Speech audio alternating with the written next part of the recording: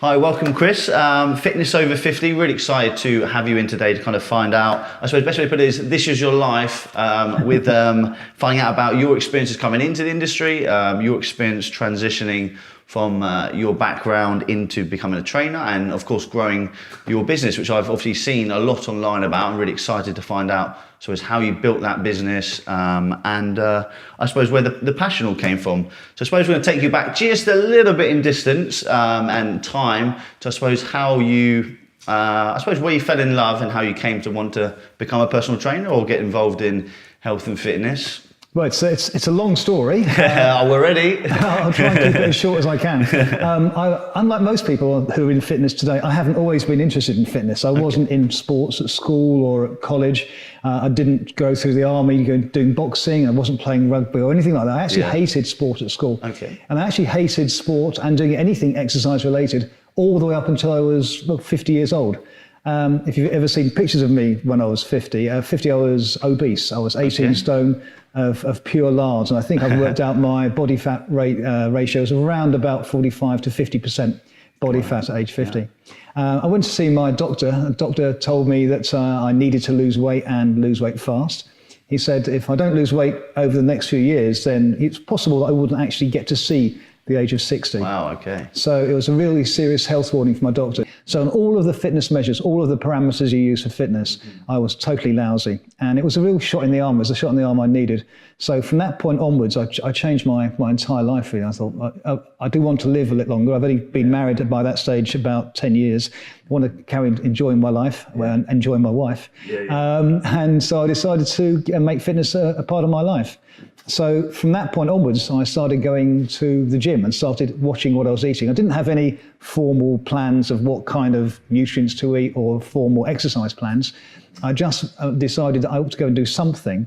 And there was a gym next to the office where I was working, and I started going there every morning for 40 minutes of cross-trainer. I found the cross-trainer machine, I found I could do that, and I found it wasn't too tedious to do that for 40 minutes every morning before work. So I did that for a couple of years, and in that couple of years I managed to lose a whole bunch of weight.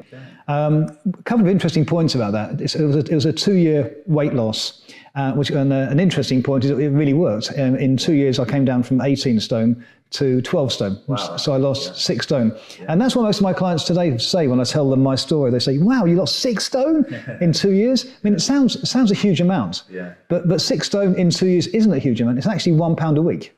Yeah, it's the recommended amount, I suppose, now. Exactly. So I tell my clients, no, I don't want you to lose 6 stone. I want you to lose £1 a week. Can you do £1 a week? And they say, £1 a week, that's easy. But in fact, make it consistently over 2 years, and you do end up losing 6 stone. But I said a couple of interesting points about that. The first interesting point was after about a month of being on this kind of diet, keeping tabs on my calories and going on the cross trainer. After about a month, I suddenly realized I couldn't go to the gym one day. I was on a business trip somewhere and I couldn't go to the gym. And what struck me was I actually missed it. I actually hated the fact I couldn't go to the gym. And this is a really important moment in my life. I call it the magic moment. It was the magic moment when I realized I was going to the gym, not because it was a doctor's instruction, not because I had to. It was because I wanted to, because I actually enjoyed it. By that stage, I started to see on the graph, I'd started to see my weight coming down on the graph, and I started to feel a lot better. And I thought, and I just suddenly realized I was not doing this because I had to. I was doing this because I wanted to. And that really changed my life after that 1 month of doing it under doctor's instruction. It changed it for the rest of life going forwards. I bumped into a pretty famous personal trainer, actually, a chap called Rob Riches. Yeah. Have you heard of Rob Riches? I have actually. In fact, because I always do my homework on anyone I meet in the PT industry. I did see some of the stuff actually. I think on one of your videos, one of your first videos, it may have been. Rob Riches was an influence or a trained with you, I think. Yeah, he trained with me. Yeah, I mean, I was actually in Los Angeles on a business trip and heard of Gold's Gym. So I went to Gold's Gym in Santa Monica, in Venice Beach. And I had some spare time and there was a sign up saying interested in personal training. Never had any. So I checked with the front desk. They put me in touch with Rob. And in fact, famous story in my life, he said to me at the reception desk, yes, we'll put you in touch with Rob Riches. You'll like Rob, he's just like you. And I thought, well, I actually don't want someone who's just like me. I want somebody who's a lot better than me. Yeah. But it turns out they meant that he was English, is what they meant by he's just like me. Nice, yes. He's a very famous fitness model. Very famous fitness model, yeah.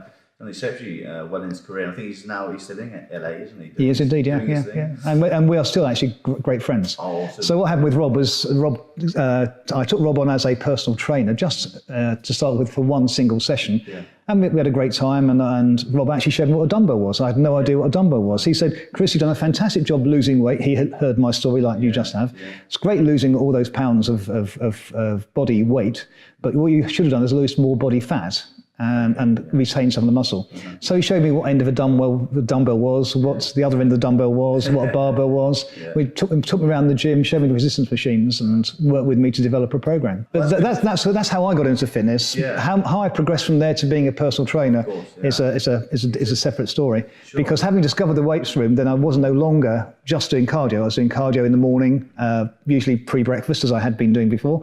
I now realised, having studied it, why that was a good idea to do pre-breakfast cardio. A good way of burning the fat reserves from no input overnight. Yeah. And then I was doing some weight training as well, most afternoons or most evenings, and I still do. And I suddenly thought that I should be spreading the words, because I was over 50. I was 53, 54 at the time. And I thought, well, there's an awful lot of people in this country who are over 50 and out of shape. There are an awful lot of people who are now like I was when I was 50. I was 50, I was obese, I was a heart attack waiting to happen. There are an awful lot of other people over 50 in that same boat, and maybe they would be like me. I could show them the way. I could help them to discover the the benefits of fitness, and also the joys of fitness as well. The fact that maybe they'll get their own magic moment as well. Yeah. They won't need me shaking a stick over them to get some exercise. Maybe they'll start enjoying it as well, and realizing they're doing it not because I'm telling them to do it, because they want to do it themselves. So I came up with the idea of a business called Fitness Over 50, because the F's running together, which is quite nice. So I started a business called Fitness Over 50. I deliberately set out on my personal training business to only focus those people who are over 50, because most PTs don't. Most PTs are in their 20s and their 30s, and they look at people their own age group. Sure. Yeah. But I thought about it, and I thought, oh, hang on, 50% of the UK adult population is over 50. Yeah. That's an interesting statistic. Over half of people in the UK who are adults are over 50. Sure. And they're the ones who need training, need fitness the most, because they are more likely to be obese like I was. They're more likely to have a bit of spare time. They may be heading towards semi-retirement or something. And they maybe have some more spare cash as well. So there's all sorts of reasons why people over 50 would be better clients for me than younger people. No, I think it's a very good observation to make. Definitely, I think a lot of people are always struggling to find what they relate to. I think you can obviously quite clearly outline your story, helps create a good narrative for what is then your marketplace, or the people that I suppose you would look to say that you find the unique selling point.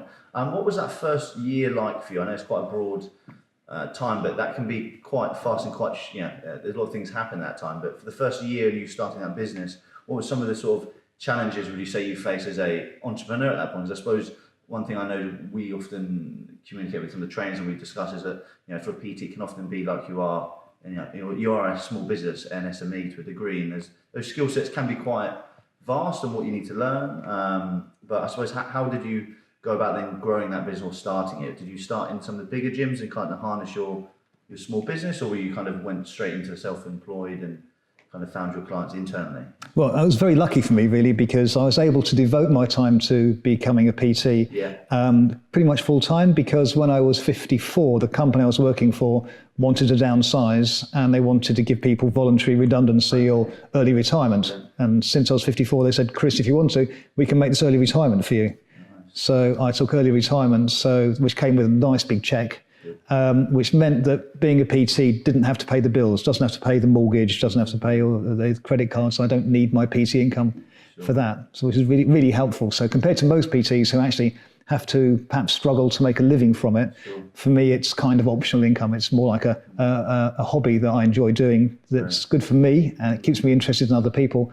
And of course it helps the people who become my clients. Yeah. But I always think there are two kinds of PTs. There are ones that are attached to gyms. Yeah. And for them, it's really, really hard to get clients, because they're narrowing their client base, not to the whole country or to the whole town in which they work, but only to the people who go to that gym. Sure. And if that's all they're looking at, they've got a tiny client base. And also those PTs have got a massive competition, because usually the gym will have a little notice board with all of their PTs next to each other, smiling photo, small resume about each one, and you've got 8 maybe different personal trainers there. And the client who's looking for a PT is going to look at that board and have to decide between you and maybe, say, 7 others, just by reading the blurb that's written and the photo. And it puts you in a very, very small marketplace, but with a very, very huge amount of competition in terms of those other personal trainers. Yeah. No, I think I think a lot of trainers probably relate to that, definitely, when it comes to being internally structured in a business. And so I suppose what the challenge is when you set up your business yourself in that first year, and as you said, it wasn't a rush for you to reach 20 hours of personal training at that point. I suppose I know a bit about your online presence. So speaking a little bit about how you got into the digital setup. I know you partnered with a nutritionist and someone who also was a trainer. You set up a bit of a sort of YouTube and like a TV channel at the time. What was that for you? Was that part of structuring your business as well around, I suppose, collaborations and an online presence? Did you kind of connect straight to going, okay, well, people consuming media in this way? Was that something you wanted to move into quite, I suppose, as a business decision as well as something you enjoyed? Yeah, exactly, because it's a business for me being a personal trainer. Fitness is my business. It generates my income, which isn't very much because I don't spend full time doing it. Of course, yes. If I spent more time doing it, I would without doubt earn a bit more from it. But for me, my number one priority is to do stuff that I enjoy. Right. So if it helps in my own fitness, that's great. If I was doing a PT sort of 10 hours a day every day, and I know there are PTs who do that, not only would I burn out very quickly, I'd lose interest, I'd lose my edge. My clients wouldn't find it easy to relate to me because I'd be pretty tired by the end of each day. So I like to do lots of other stuff in fitness as well. So I do a lot of fitness videos. I do. There's a radio station in the town where I live in Marlow, and I do the fitness radio show every week on a Tuesday morning, and often have different guests coming in who are from the world of sport or fitness. I do fitness podcasts. I've got about half a dozen podcasts in the latest series. I did a fitness TV show for an obscure TV channel called the Community Channel, which is way down the bottom on the Sky listings. Haven't seen that one yet. I think it used to be Sky 539. I don't know if they've got any further up yet, but it's a long way down on the Sky listings. And I did a TV series, 2 TV series, in fact, for the Community Channel, based on fitness, and which the name of which is Fit Happens was the name of the TV series, which I've now trademarked because it's such a great name. Fit Happens. It rhymes with something else, so it's very good. So we did 2 series of Fit Happens with a nutritionist friend of mine and another fitness friend of mine. We all got together. We made 1 series with just the 2 of us, 1 series with 3 of us. It's all on YouTube. It's all on my fitness. It's all on my channel on YouTube. Yeah.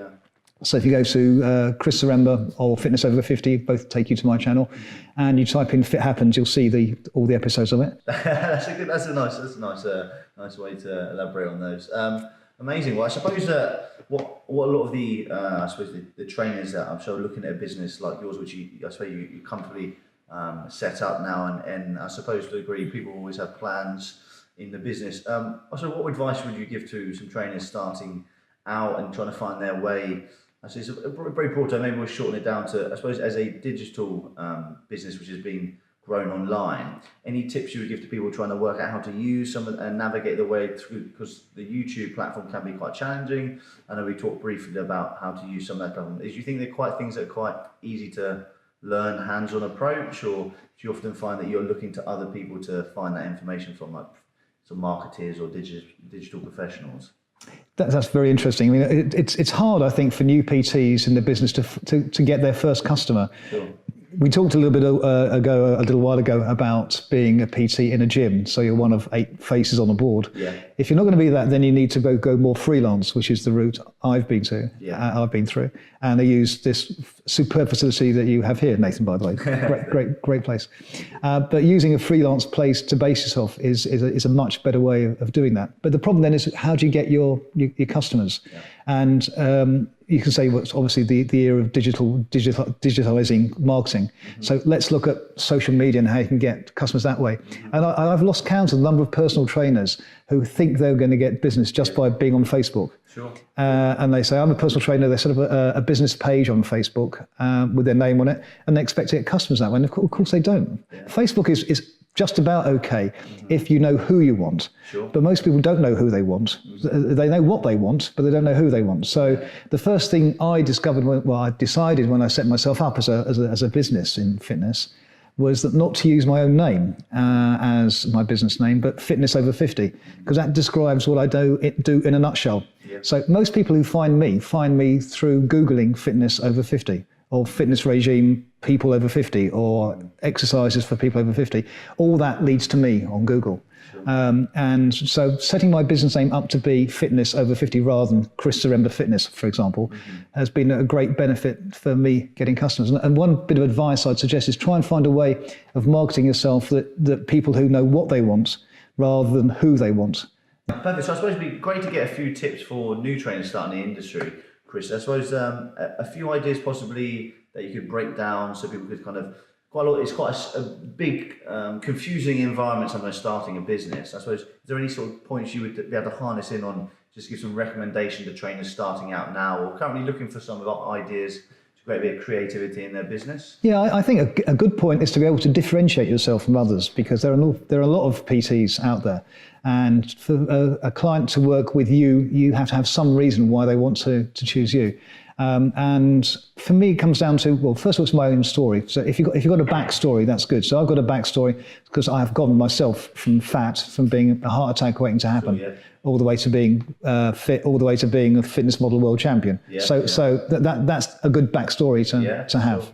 But as well as having that story, it's good to have other things that value to a client as well. So I believe in doing an add value on what I do. So when I don't just do an hour's client session and say bye-bye, see you next week, I'll check up with them during the week.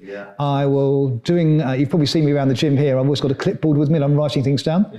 So I always do a written report to a client after each gym session. So the gym session is complete. Client gets a report about how their performance has been. They get a performance factor. So, today you performed 1.7% better than last time. Nice. And the other thing is it brings client loyalty as well, because a client, if they see their numbers on their spreadsheets improving, they see the graphs that I drew up for them going in the right direction, then they want to carry on that process. So then they don't want to leave me. I mean, they know the exercises by now because I don't vary the exercises. The exercises, once they're set for a particular client, tend to stay that way. Sure. But they see that growing with them. So I deliver them that benefit as well. And at the other gym I work at, which is in this one, I provide towels and water for them. So it's a total facility. So they see me at the door, I welcome them in. They don't have to come looking for me in the gym. And it's end-to-end care, if you like. So that's a value added. And for that, I can charge more than most PTs charge because I'm putting a bit more effort into it. But my clients value that work. I think sounds a really good way to explain how to add value, and that being a causation for the client's experience. I think a lot of trainers definitely probably can learn a few of those great ideas, particularly when it comes to the aftercare involved in personal training. As you say, stopping at the door can sometimes be that the next level of care can really be important. Any other sort of ideas on client retention? Obviously, adding the value is a really clear point to make. Sort of looking to build referrals or client retention. Any particular areas you've looked into that you found valuable for your own tool as a personal trainer? Oh yeah, absolutely. I find clients, if you're loyal and appreciate them, they are loyal to you and appreciate you back again. Because the clients are always going to be nervous when they come into the gym. They're going to be a bit perhaps intimidated, especially my clients, because most gyms are designed to appeal to people in their 20s and their 30s. To a client that's not used to being inside a gym, somebody who's 50 or 60 plus, is going to be a bit worried, a bit nervous. I mean, all the spotlights, all the chrome, all the mirrors, all the black mats, everything. It's all a little bit aggressive for 60 or 50 or 60 year old because it's tailored to a 20 or a 30 year old. So they're a bit nervous. So do your best to put them at ease. And I've got a couple of speeches that I give to most of my clients from time to time, and most of them actually, some of them ask me to hear it over and over again. It's my 168-hour speech. Okay. Have I told you my 168-hour speech? No, hit me now, I've got to hear the goals. Okay, the 168-hour speech, which I'm very proud of, by the way, is I tell the clients, usually every time I see them, and unless they say, Chris, I've heard this too many times, say there are 168 hours in a week. Of those 168 hours, you spent one with me, which is way under 1% of your life you're spending with me. The other 167, you're on your own as far as I'm concerned, or whatever you're doing. But the success or failure of your fitness campaign does not depend on that 1 hour. It depends on what you do in the other 167. Yeah. I can tell you what to do in that 167. I can tell you exactly what to do, how much sleep to try and get, what try and eat, what times to eat, what nutrients you should be getting. You don't have to follow it down to that level, but yes, eating sensibly, eating cleanly, doing some exercise, doing what I suggest in terms of pre-breakfast cardio. I can tell you all those things to do, but you have to do it. So just by coming to see me once a week, even every year for 10 years, you may not get the goals you want to achieve. Yeah. But if you do what I tell you to do in the other 167, and I'm always on the end of a phone, always on the end of an email, so if you've got any questions, get in touch. So building up that kind of rapport with a client whereby they feel that you're with them even when you're not. That's nice, yeah. That brings about a great deal of client retention. I think that's a great point. Often I think the trainer's mindset can often be definitely looking for that new business or that lead generation. And sometimes often some of the best forms of, as people would say, best forms of marketing is word of mouth or your referrals. Yeah. So adding that extra value is in the long term going to give you a much better end product to your personal business development. I suppose, we could talk for hours, I'm sure, on the business side of things. Few tips for what you got going on in the future, any things to look out for? Really excited to hear what stuff you've got going on. So is there some digital stuff you've got going on, the online platform you're developing further? Yeah, one thing that's just started fairly recently is a couple of people have asked me if I can do regular newsletters to them. Okay. And I've decided, well, I can do regular newsletters, but let's turn this into an income stream as well. Yeah, right. So I've started something called Fit Club 50. Right. So Fit Club 50 is a members club. It costs £10 a month. And for that subscription, you get a newsletter from me once a month, a big long feature article that I've written about some aspect relating to fitness, a recipe with detailed photos of what's in the recipe and how to make it and its macronutrient breakdown, and two dedicated videos a month. One video is actually not dedicated; it's already been on YouTube, but the other's a brand new video. So you get you also get unlimited access to me for email questions, and unlimited access to my video library of, I think it's 180 different exercises. So you get all that together for £10 a month subscription. So in the first months, I didn't have very many members, so I was putting more effort into it than the money I was getting from it. Yeah. But now I've got more than a few members, and it's good to get that. Yeah, it sounds exciting. Where can we find you? As your platform on, obviously, YouTube, your Fitness Over 50 website? Give us a quick rundown on your. Well, there's lots of options, but the most of my stuff's on my website, which is fitnessover50.co.uk. Or you could type in chriszaremba.com, it goes to the same place, but fitnessover50.co.uk. YouTube, lots of YouTubes, loads of exercises, loads of nutrition, loads of interviews, loads of chat, and my TV series and the LA specials are all on YouTube. So the YouTube channel is Fitness Over 50, or again, you can just type in Chris Zaremba, and that will take you to the same place as well. And on my website, you'll find links to lots of other places. For example, the Fit Club 50 members club, that's linked to on my website as well. Awesome. Or Instagram is chris.zaremba.fitness, because Chris Zaremba's already taken, and Fitness Over 50 was taken. So you can never get it. Yeah, so chris.zaremba.fitness on Instagram. I wouldn't bother with Facebook or Twitter. It sounds like you've got a great online presence. I'm sure people are going to find and see what's going on. Well, thanks so much for coming in and chatting to us.